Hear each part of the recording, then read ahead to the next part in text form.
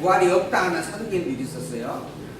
지금 현재 당시 유대인들의 사도계인, 그 다음에 바리새인,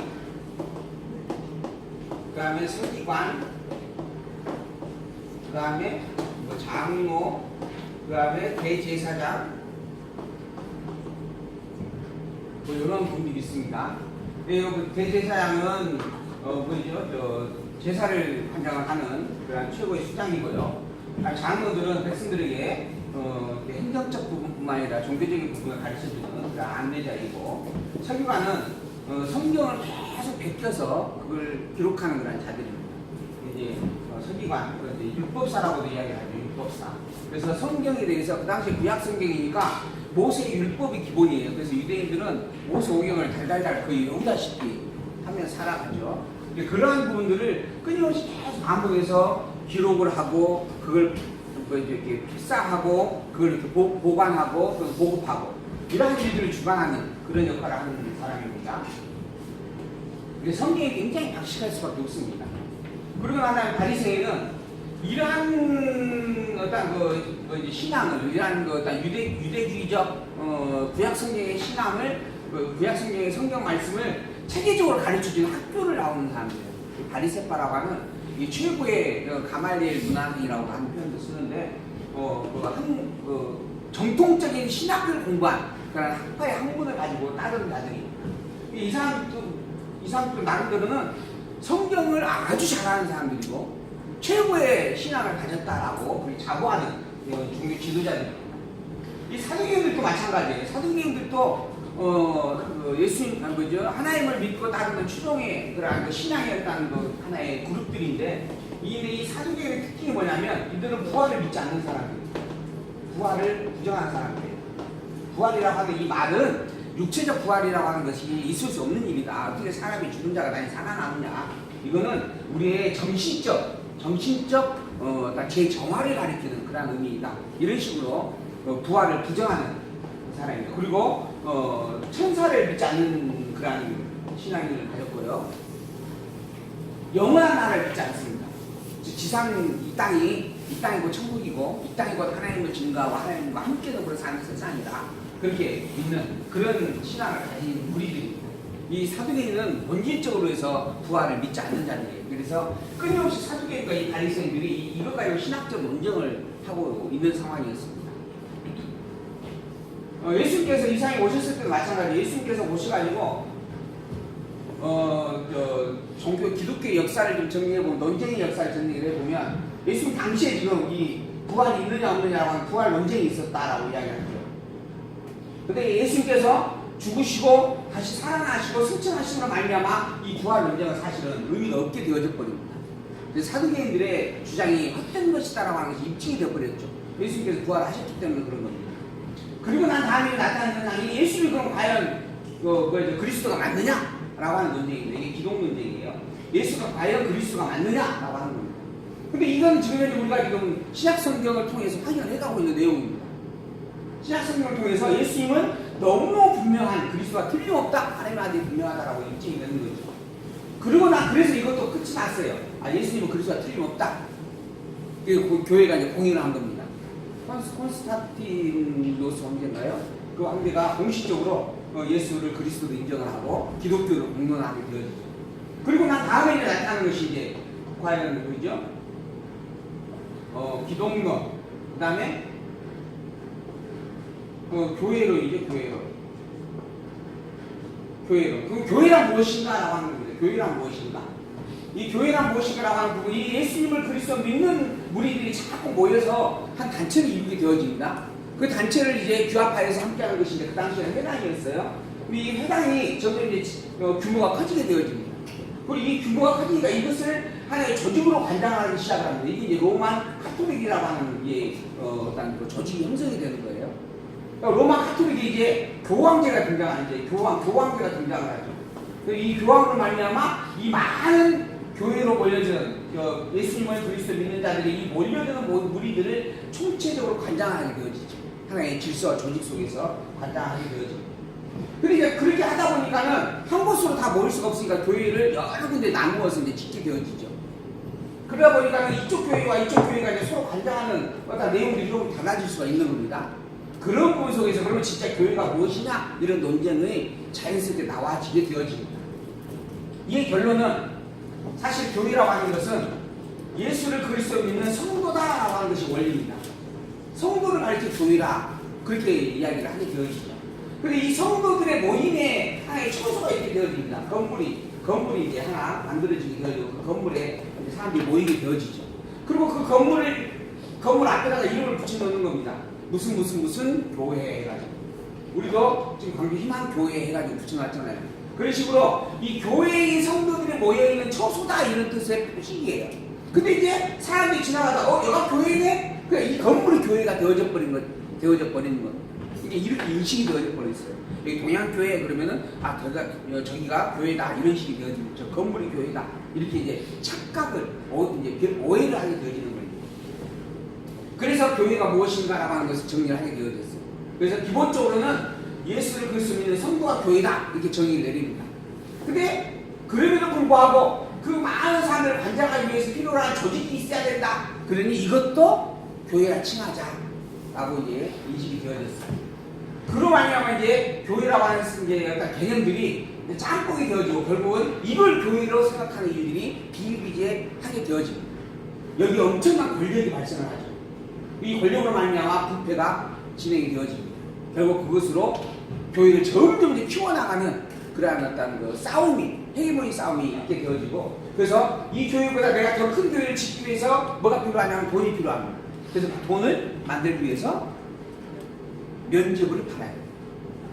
그러한 어떤 조직, 외형적 어떤 장사의 방식들 도입하게 되어지는 겁니다. 그래가지고 나타나는 현상들이 이제 과연 이제 구원론이에요. 과연 구원은 어떤 것이냐? 그렇게 면접을 사면 구원을 받는 것이냐? 이런 논쟁이 되어지는 겁니다. 이게 기독교 역사의 흐름이었어요. 그러다가 이 논쟁은 사실 이미 본질을 이미 벗어난 거죠. 기독론이나 교회론은 근본 예수를 그리스도로 인정하느냐 그리고 예수 그리스도를 믿느냐 믿지 않느냐라고 하는 것에 대한 논쟁이었어요. 근데 이 구원 논쟁은 이미 변질된 교회의 관념을 가진 상태에서 일어나는 논쟁이었습니다. 그러니까 이건 이미 헛된 논쟁인 거죠. 잘못된 논쟁입니다. 의미가 없는 논쟁이었어요.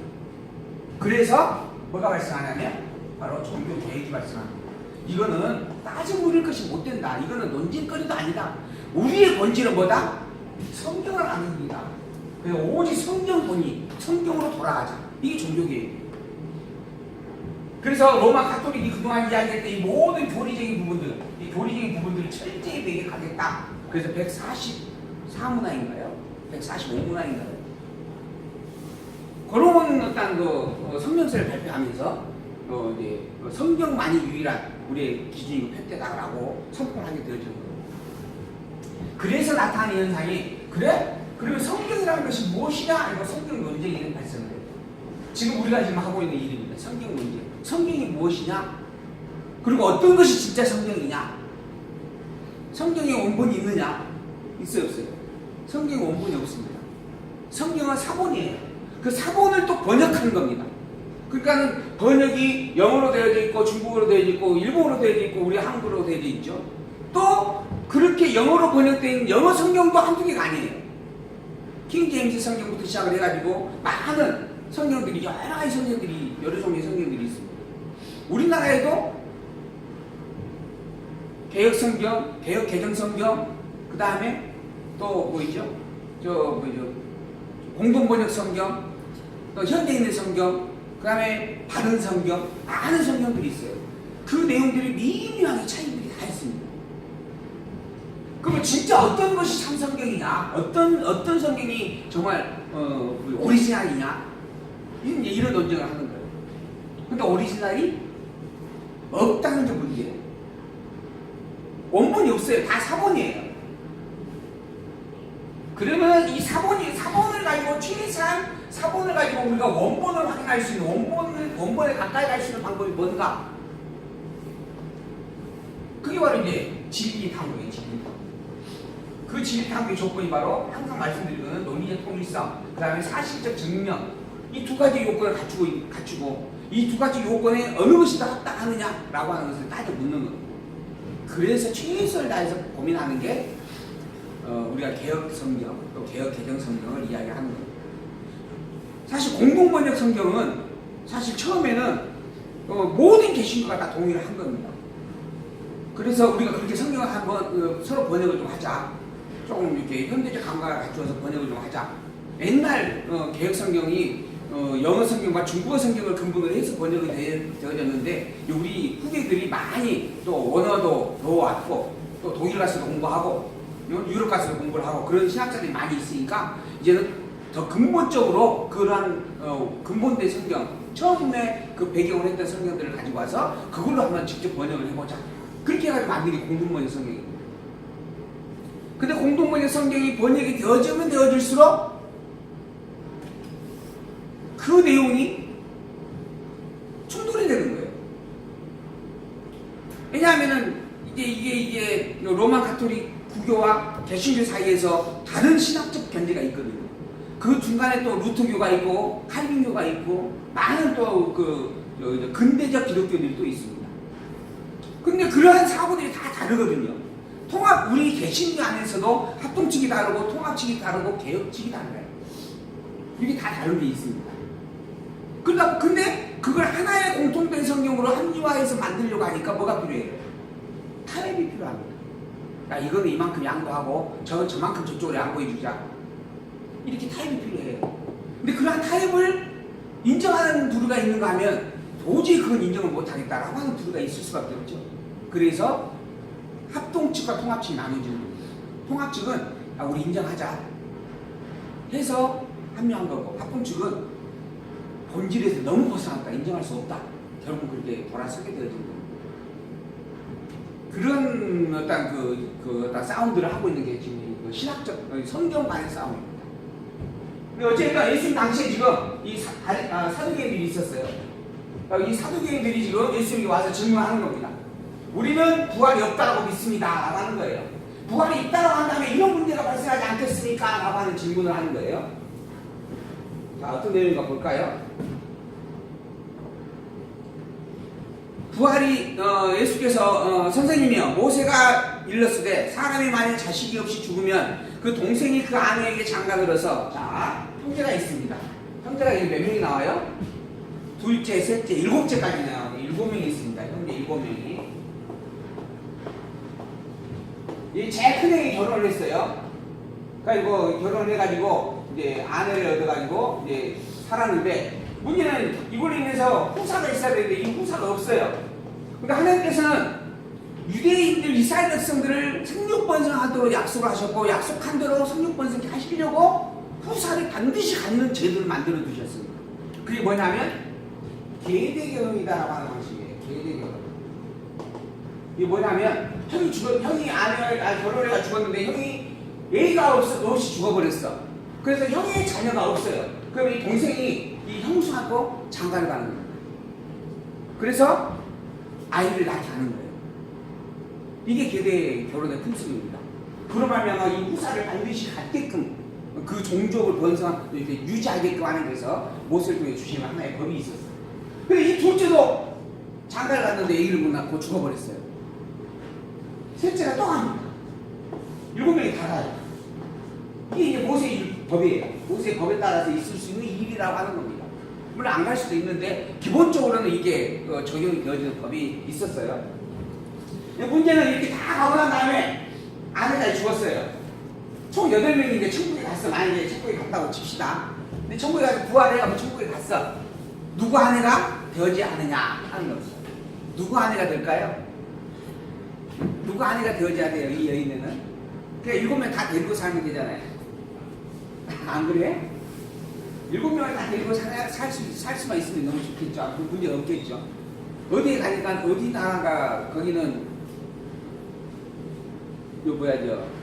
여인네가 없어가지고, 여자가 너무 귀해가지고, 그래서, 형제가 진짜 장가를 함께 가는 그런 어떤 그 나라가 있더라고요. 그러니까 텔레비에서 본 것 같아요. 자세한 것은 이제 실질적인 그 내용인데, 아니, 일단 두고. 어쨌든, 이렇게 다 해서 천국 가서 부활이 있다 하면 이들이 다 그런 걸 살아날 것인데, 누구의 아내가 되는 것이 옳습니까? 하고 예수님이 물었습니다. 생각해 볼 수 있는 질문이죠. 이런 불합리함이 있다고 한다면 천국이 얼마나 무질서하겠습니까? 라고 하는 거죠. 그러니 부활이라고 하는 것은 천국이 정상화되려면 이런 부분에 있어서 이런 부활이 있을 수 없다라고 그렇게 이야기해야 되지 않겠느냐라고 하는 겁니다. 자, 예수께서 이야기합니다. 한마디로 뭘 하냐면 너희가 성경도 하나님의 능력도 알지 못한다라고 이야기합니다. 너희가 성경을 아는 것처럼, 너희가 성경을 많이 알고 있는 것처럼 생각을 하고 있는데 너희가 지금 성경에 대해서 너무 모른다라고 하는 이야기입니다. 아까 말씀드린 것처럼 사두개인, 바리새인, 서기관, 장로, 대제사장들 이런 사람들은 그 당시에 종교 지도자들입니다. 유대인들에게 있어서는 이 백성들을 인도하고 지키고 이끌어가는 종교적 앞선자들이에요. 성경을 모른다고 말할 수 없는 자들입니다. 더더욱 그 당시에는 백성들은 성경도 쳐다볼 수가 없었어요. 이들만이 성경을 직접 한 번씩 바라보고 그걸로 이제 배워가지고 백성들을 가리키는 거예요. 그런 상황인데 이 사도행전을 향해서 너희가 성경도 모른다 라고 이야기를 합니다. 근데 너희가 알고 있는 내용이 성경의 내용과 전혀 다르다라고 하는 이야기를 해주고 있는 거죠. 두 번째로는 하나님의 능력도 너희들이 제대로 알지 못하고 있다라고 이야기합니다. 너희들이 하나님의 능력에 대해서 너무 무식하다라고 하는 겁니다. 그래서 미련하고 어리석은 이야기를 너희들이 하고 있구나 라고 이야기를 해주고 있습니다. 부활할 때는 장가도 아니가고 시집도 아니가고 하늘에 있는 천사들과 같다. 부활이라고 하는 것, 그리고 천국이라고 하는 것은 지금 너희들이 살고 있는 이 땅의 모습하고 전혀 다르다라고 하는 겁니다. 하나님이 존재합니다. 이 하나님이 당신을 증거하기 위해서 모든 우주 만물을 만드셨어요. 그 중에 하나님께서 태초에 창조하셨다라고 하는 창조의 성경 속에서 형상화한 세계가 있습니다. 근데 이 형상화한 세계가 또 윗물과 아랫물로 나누어지죠. 하나님이 존재하는 세계가 어떤 세계인지 우리는 감히 알 수가 없어요. 그래서 우리가 이제 이 점을 무한대라고 표시를 할 수가 있습니다. 근데 그런 하나님이 우리에게 알려준 범위에서만 생각을 살펴보면 창세기 1장 1절에서 하나님께서 세상을 하나 만드셨어요. 그리고 난 다음에 그 세상의 중간에 물을 두시고 이걸 궁창이라 칭하게 되어지죠. 그리고 궁창이라고 하는 이 치마매에 있어서 이 아랫물을 이제 천하계라, 이걸 궁창을 하늘이라 하시고 여기는 천상계, 천하계라 이렇게 나누어서 이야기를 하고 있습니다. 근데 우리에게 계시된 범주만 가지고 봐도 우리는 천상계와 천하계의 세계가 있었다라고 하는 이것밖에 더 이상 알아갈 수 있는 방법이 없습니다. 그보다 훨씬 더 크고 넘쳐나는 하나님의 권능과 영광을 우리가 감히 알 수가 없는 것이죠. 근데 더불어서 이렇게 천상계와 천하계를 만들어 놓고 난 다음에 하나님께서는 이제 그걸 궁창이라고 하는 물로 이렇게 둘러서우시고 그 속에다가 하나의 이렇게 천하계죠. 이거 하늘이라고 이렇게 놓으면 이게 하늘 아래, 하늘 위라고 하는 그런 부분으로 또 우리가 표현을 해볼 수가 있는 겁니다. 이 하늘 아래의 세계, 이게 지금 우리가 살고 있는 지구라고 하는 것입니다. 그래서 바다를 모아서 바다라 칭하시고 그리고 무치 드러나 육지라 하게 하시고 이러한 사건들이 있는 것이죠. 우리가 사는 세계에 지금 우리가 보기에는 이게 하늘입니다. 근데 하늘 위의 세계가 또 있어요. 이걸 이제 사도 요한이 이야기하기를 삼층천이다 이렇게 표현을 합니다. 삼층천. 하늘이 세 개가 있더라 하는 겁니다. 우리 눈에 보이는 하늘, 그 위에 하늘이 또 있고 또 있어요. 그걸 당신이 계시적 차원에서 보고 갔다 왔다라고 해서 증거를 해주고 있죠. 우리가 그것을 이제 계시적 표현으로서만 기록되어 있으니까 그렇구나라고 이제 살펴보는 것인데 감히 우리의 생각으로서는 측정해볼 엄두가 안 나는 일들입니다. 사실 우리는 지금 여기에서 살면서 로켓을 쏴요. 이게 하늘로 쏘죠. 이 하늘이 어떤 하늘이냐면 해와 달과 별을 두셨다라고 해야 돼요. 이 궁창에 해와 달 이렇게 두 큰 광명을 두시고 그 별을 두어서 사시사철 있게 하셨다. 이게 우리가 지금 밤에 보는 해와 달과 별이 있는 그 처소입니다. 그곳에 해와 달과 별이 있는 그 해가 지금 태양이잖아요. 그 태양계에 우리가 기본적으로 보면 발견된 것으로 해서 제가 아는 상식으로 보면 수성, 금성, 지구, 화성, 목성, 토성, 천왕성, 해왕성, 용왕성 이렇게 가잖아요. 근데 이게 이 궁창이라고 하늘이 있는 곳이에요. 그 위에 하늘이 또 있어요. 천상세계가 또 있고. 그러니까 우리가 그 세계가 어떻다라고 하는 걸 가름하는 것은 정말 불가능한 일이에요.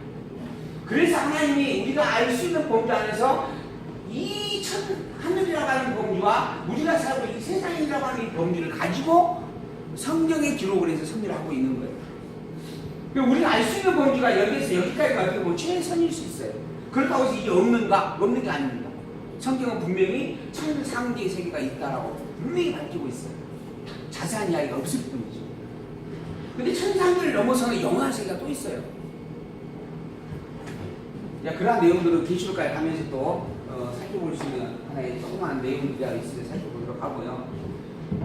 근데 지금 여기에 있는 이것만 가지고 자꾸 이 세계까지 하나님이 계시는 세계까지 동일성을 가지고 보려고 하는 것들이 인간의 속성입니다. 이게 타락된 속성이에요. 원래는 하나님을 알았던 것이었는데 타락함을 말하면 하나님을 잊어버렸어요. 하나님을. 그리고 내가 사는 세계가 전부인 것으로 여기게 되어졌어요.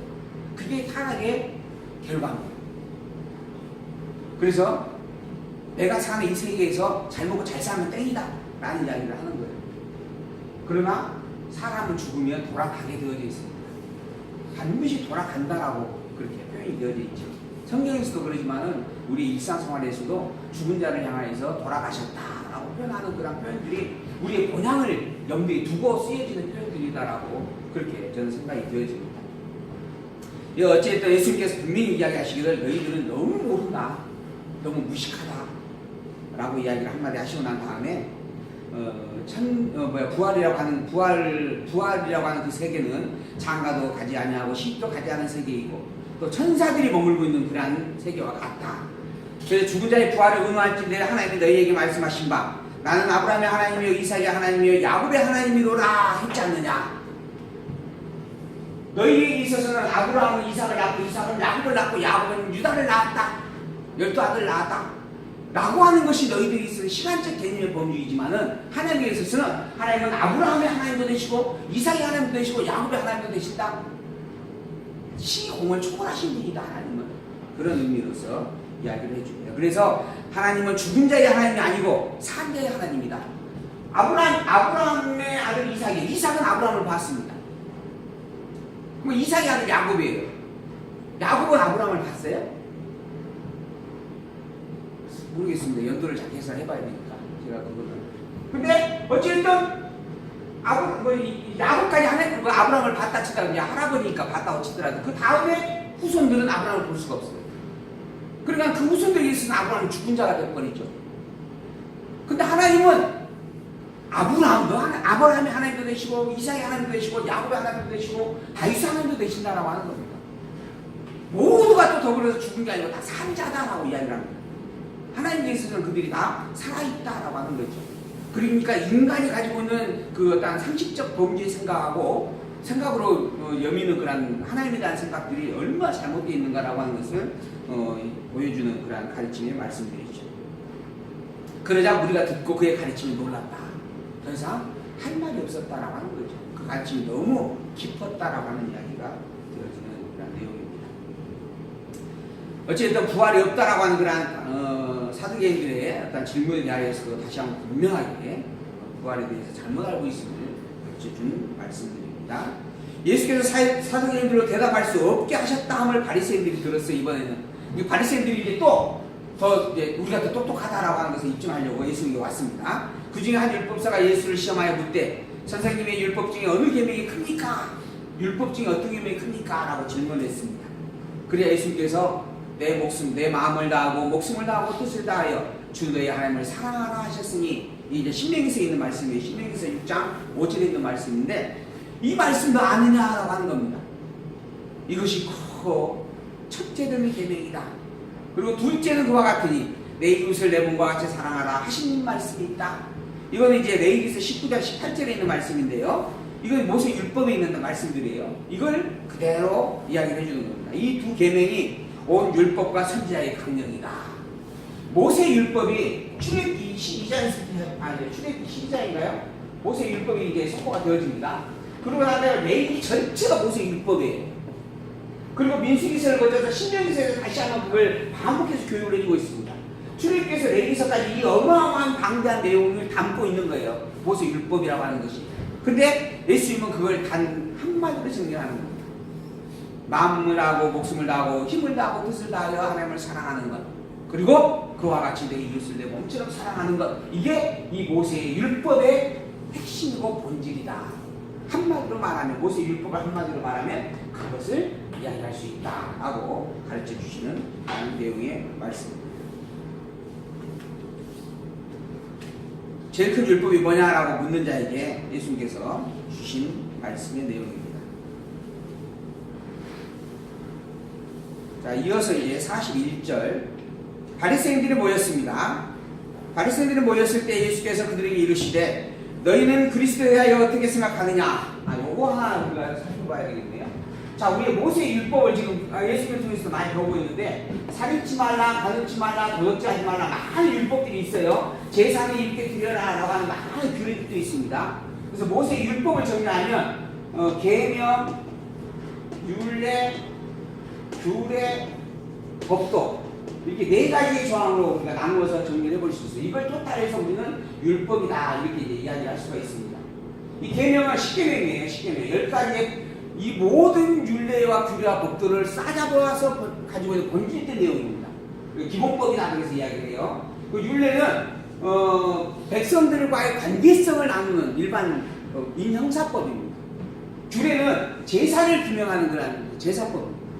그리고 법도는 율례와 규례를 이루기 위해서 갖추어야 될 예법이에요. 이러한 것들에 대한 내용을 세미해서 나누어서 말씀하고 있는 게 모세의 율법입니다. 그래서 그 내용이 아까 말씀드렸던 출애굽기에서부터 레위기서까지 방대한 내용으로 기록되어져 있습니다.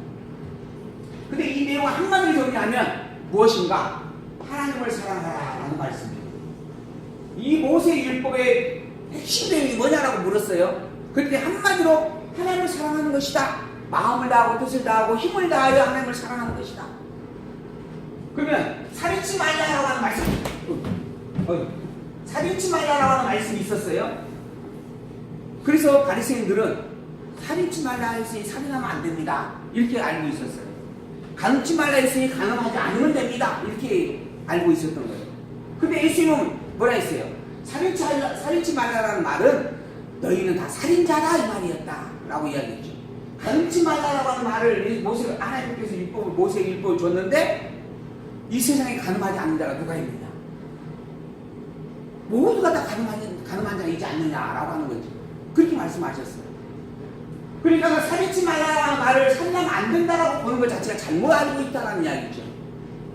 더불어 이 모든 내용들의 본질이 뭐냐? 왜 살인치 말라는 말씀을 주셨고 가늠치 말라는 말씀을 주셨고, 그래서 너희가 살인자이고 너희가 가늠자라고 하는 죄인이라고 해서 확인시켜 주었는가? 바로 하나님을 사랑하게 하려고 그러는 것이다. 모세의 율법을 준 이유가 뭔가? 모세의 율법이 가지고 있는 뜻이 뭔가? 모세의 율법이 담고 있는 본질이 뭔가? 하나님 사랑이에요. 너희들 하나님을 잊지 말고 기억하라. 이 하나님이 누구다? 여호와다. 그리고 오직 여호와 그 하나님을 너희의 유일한 하나님으로 믿고 경외하라. 이 한마디가 모세의 율법을 주신 이유이고 목적이고 모세의 율법이 말하고 있는 내용이다라고 하는 겁니다. 10계명, 11조를 드려라. 사실 이 말도 본질이 뭐예요? 열의 하나를 드려라라는 뜻이 아니에요. 하나님이 여호와가 하나님인 것을 알고 기억하라라고 주신 말씀인 거예요. 여호와가 하나님인 것을 알고 기억하게 하는 방법으로 너희에게 열의 하나를 구별하게 형식적으로 명하였는데, 그 열의 하나가 되어질 진정한 그리스도를 내가 보내겠다. 그리고 그 그리스도로 말미암아 너희 모든 자들이 구원에 이르게 될 것이다. 예수 그리스도가 부활의 첫 열매가 되어지고, 그리고 너희들이 다 그 부활에 참여하게 될 것이다. 이걸 말씀하고 있는 거예요. 그러므로 예수를 그리스도 보내겠다는 약속을 담고 있으면서 더불어 그러니 그 예수를 그리스도 보내는 그 여호와 되신 하나님을 잊지 말고 기억하라. 그 말씀을 하기 위해서 주신 게 모세의 율법이다라고 하는 겁니다. 이게 우리가 율법을 이해하는 가장 기본적인. 근데 사람들이 그렇게 보지 않아요. 바리새인들은 그렇게 보지 않았습니다. 살인하면 안 된다, 도둑질하면 안 된다, 가늠하면 안 된다 이렇게만 보는 거예요. 지금 교회의 지도자들도 연보해야 된다, 11조 해야 된다, 헌금해야 된다, 또는 뭐 철학기도 해야 된다, 이렇게만 이야기를 하죠. 사실 이 바리새인들 하는 말과 똑같은 말입니다. 근데 예수님은 이 바리새인들의 말이 잘못됐다라고 이야기를 했어요. 바꿔 말하면 지금 그렇게 말하고 있는 지도자들의 말도 사실은 잘못된 말입니다. 성경하고 사실은 너무 성경에서 말하고 있는 본질과 너무 다른 그런 내용들이다라고 하는 거죠. 그건 이제 조금 이제 또 성경의 많은 내용들을 보시면서 살펴봐야 될 부분들입니다. 이어서 이제 41절 바리새인들이 모였을 때 예수께서 그들에게 물으시되 너희는 그리스도에 대해서 어떻게 생각하느냐? 바리새인들이 모였을 때 예수께서 이제 이야기를 한 겁니다. 너희는 그리스도에 대해서 어떻게 생각하느냐? 네 자손이냐? 대답하되 다윗의 자손이다. 바리새인들이 이야기하면 성경을 잘 아는 사람들이에요. 그래서 그리스도는 다윗의 자손이다 하고 너무 분명하게 이야기를 했어요. 이 말은 맞아요, 틀려요? 맞습니다. 눈먼 자들도 소경들도 막 쫓아와서 다윗의 자손이야 그랬잖아요. 안진뱅이도 막 예수님이 지나간다는 소리를 들으니까는 다윗의 자손이야 하고 외쳤잖아요. 다윗의 자손이라고 하는 말이 틀린 말이 아닙니다. 근데 그러면 예수님께서 한 마디 더 하는 거예요. 다윗이 성령에 감동하여 어찌 그리스도를 주라침하여 말하되 주께서 내 주께 이르시되 내가 내 원수를 내 발 아래 둘 때까지 내 우편에 앉았으라 하셨도다 하였느냐? 너 그런 내용도 있는 거 아느냐? 하고 묻는 겁니다. 바리새인들이. 성경을 너무 잘 아니까 성경 너 이것도 알고 있지? 하고 확인을 하는 거예요. 이 말이 다윗이 시편을 통해서 이야기하는 고백입니다. 주께서 내 주께, 여기 주가 둘이 나옵니다. 다윗이 말하는 첫 번째 주는 하나님을 가리키고 두 번째 주는 대속주인 그리스도를 가리키는 겁니다. 메시아를 가리키는 거예요. 하나님께서 메시아이신 그리스도에게 이야기를 하는 거예요. 내 원수들이 갈등상에 다 앉혀지게 될 때까지, 너희 원수들 다 짓밟게 될 때까지 내 우편에 앉아있으라 라고 이야기했다라고 하는 거죠. 이걸 누가 이야기했는가? 다윗이 이야기했다라고 하는 겁니다. 그렇다라고 한다면 그리스도는 다윗의 자손인가? 다윗의 주인인가? 하는 문제가 되는 거예요. 다윗의 자손이 맞아요? 다윗의 주인이 맞아요? 다윗이 분명 주라고 했으니까 그리스도는 다윗의 주가 맞는 거죠. 그러면 다윗의 자손은 또 어떻게 되는 거예요? 또한 그리스도가 다윗의 자손으로 오셨으니까 다윗의 자손이라 해도 맞는 거죠. 둘 다 맞는 이야기입니다. 근데 지금 현재 이 바리새인들은 그리스도는 다윗의 자손이다라고 하는 것만 생각을 하고 있는 거예요.